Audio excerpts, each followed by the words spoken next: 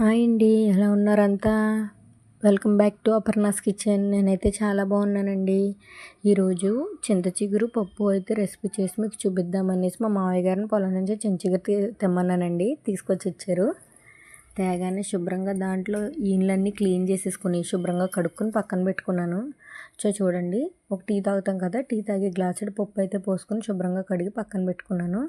ఒక 8 పచ్చిమిర్చి, కడిగి పెట్టుకున్న చింత చిగురు, కరివేపాకు, కొత్తిమీర, పసుపు, ఉప్పు, ఎల్లుల్లిపాయలు, ఆయిల్, మిగతా తాలింపు మీకు తెలిసిందే కదా, ఆవాలు, జీలకర్ర, ఎండుమిరపకాయలు, కొంచెం సాయమినపప్పు అనమాట. అది ప్రాసెస్ విషయానికి వెళ్తే అదిగోండి చూడండి, పప్పు అయితే శుభ్రంగా కడిగేసి పక్కన పెట్టుకున్నాను. ఇప్పుడు స్టవ్ వెలిగించుకొని మనం నీళ్ళు అయితే పోసుకుందామండి. ఒకసారి చూపిస్తాను మీకు. స్టవ్ వెలిగించుకుందాము. వెలిగించుకొని పప్పు ములిగేంత వరకు వాటర్ అయితే పోసుకోండి. ఒక గ్లాసుడు పోసాను, ఇంకా కొన్ని చిన్న గ్లాసులు పోసుకోండి. ఎన్నో అక్కర్లేదు, కొన్ని పడతాయి, ఎన్నో పట్టవు. ఒక అర గ్లాసు పడతాయేమో వాటర్. అదిగోండి పోసాను. అర గ్లాసు కూడా పోయలేదు, అర గ్లాసులో సగం పోసాను వాటర్ అంతే. వాటర్ పోసిన తర్వాత అందులోకి పసుపు వేసుకొని కొంచెం పచ్చిమిరపకాయలు కూడా వేసుకోండి. కొన్ని పచ్చిమిరపకాయలు కూడా వేసుకోండి. కొన్ని అంటే ఒక 8, 7, 6 లోపు వేసుకోండి. ఎందుకంటే మళ్ళీ మనం ఎండుమిరపకాయలు వేస్తాం కాబట్టి పోపుకి కారం సరిపోతుంది. అదిగోండి, మేము కారం వద్దు తింటాం కాబట్టి ఒక 10 పచ్చిమిర్చి వేసుకున్నాను. మీరు కొంచెం తగ్గించి తీసుకోవచ్చు. ఒక 8, 7 అలా వేసుకోండి. అన్నీ కూడా అవసరం లేదంటే ఒక 5, 6 అలా వేసుకోండి. వేసుకున్న తర్వాత శుభ్రంగా కడిగి పక్కన పెట్టుకున్న చించిగురిని వేపపోతకి ఎలా నలుపుకుంటామో అలా నలుపుకుంటూ వేసేసుకోవడమేనండి. అందులో చాలా సింపుల్. ఇందులో ఈన్లు అవి ఏం అవసరం లేదు, ఇంకా అలా వేసేసుకోవడమే అనమాట. చూడండి, అసలు చింత చిగురు అనేది ఆరోగ్యమైనది కదండి. మనకి ఈ సీజన్లోనే దొరుకుతుంది కాబట్టి ఈ సీజన్లో దొరికినప్పుడు దాన్ని ఖచ్చితంగా మనం సద్వినియోగం చేసుకోవాలి కదండి. ఇదే మనకి బయట మార్కెట్లో కొనాలంటే కేజీ 700, 800 అంటున్నారంటండి. మరి అది నిజమవుతుందో నాకు తెలియదు, కానీ బయట అయితే ఇలాగే మాకు డైలీ అమ్మొస్తుందండి. చాలా రేటు చెప్తున్నారు.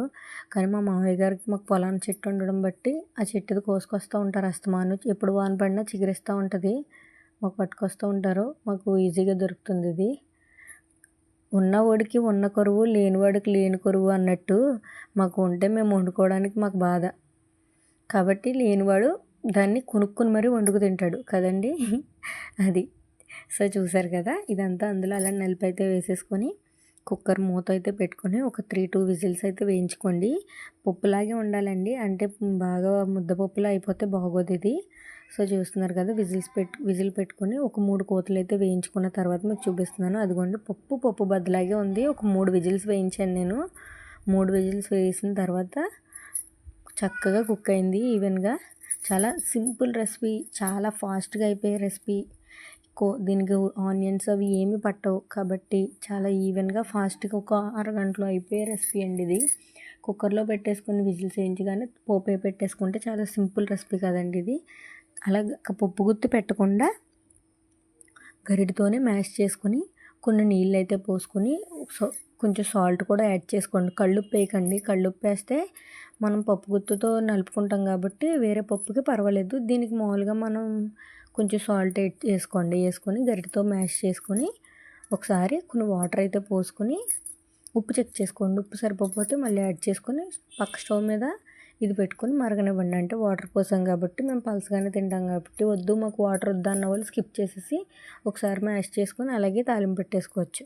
స్టవ్ వెలిగించుకొని చిన్న మూకుడైతే పెట్టుకొని ఆయిల్ అంతా పోసుకోండి. ఆయిల్ వద్దు ఏంటి ఇంత ఎక్కువ పోసేసింది అనుకుంటారేమో, అది చిన్న మూకుడి. మీకు ఈ వీడియో దగ్గరికి చూపించడం వల్ల అది ఎక్కువ ఆయిల్ కింద కనిపిస్తుంది, అంతేనండి, అంతకుమించి ఏమీ లేదు. ఇది వెల్లుల్లి రబ్బలు కొన్ని వద్ద వేసుకోండి, టేస్ట్ బాగుంటుంది. వెల్లుల్లిపై వేసిన తర్వాత బాగా ఏగనివ్వండి. ఇంకేంటండి మీకు చూపించాల్సినవి చించిగురితో ఇంకో 2-3 ఐటమ్స్ అయితే ఉన్నాయి, నేను చేసి చూపిస్తాను. వెల్లుల్లిపై అయితే బాగా వేగింది కాబట్టి ఇప్పుడు జీలకర్ర, ఆవాలు, సాయమినపప్పు, ఎండుమిరపకాయలు అయితే వేసుకోండి. అర స్పూన్ అవి 3 వేసుకొని ఒక 4 ఎండుమిరపకాయలు తీసుకొని తుంచుకొని వేసుకోండి. కరివేపాకు కూడా ఒక 3-4 రెబ్బలు, ఎందుకంటే మాకు ఫ్రెష్గానే ఉంటుందండి కరివేపాకు, ఎప్పుడు పొలం నుంచి పట్టుకొస్తారు మాకు, అందుకని చెప్పి మాకు చిటపట్లు ఎక్కువ ఆడుతూ ఉంటుంది మాకు. అప్పుడే కడిగి శుభ్రంగా కోసుకొచ్చినట్టు ఉంది చూసారా, అదండి, అది నిన్నే పట్టుకొచ్చారండి పొలం నుంచి. ఎగ్గానే మనం పక్కన మరిగించుకుంటున్నాం కదండి పప్పు చికెన్ని వాటర్ వేసుకొని అది తెచ్చుకొని ఇందులో వేసేసుకోవడమేనండి. వద్దో కూడా మరగబెట్టకండి, అది కొంచెం మనకు పలసగా అవ్వడం కోసం అని చెప్పేసి నేను కొంచెం వాటర్ వేసుకున్నాను. అదిగోండి చూడండి, తాలింపు అయితే రెడీ అయిపోయింది. అది అందులో వేసుకోగానే మళ్ళీ ఇది ఇందులో వేసేయడమేనండి. చాలా ఈవెన్గా రెడీ అయిపోయే రెసిపీ అనమాట ఇది. ఈవెన్ బ్యాచిలర్స్ కూడా చేసుకునే రెసిపీ ఇది. చూసారా, మనకు హైదరాబాద్ సైడ్ అయితే కాస్ట్ ఎక్కువ, చికెన్ అసలు దొరకదేమో నాకు తెలిసి.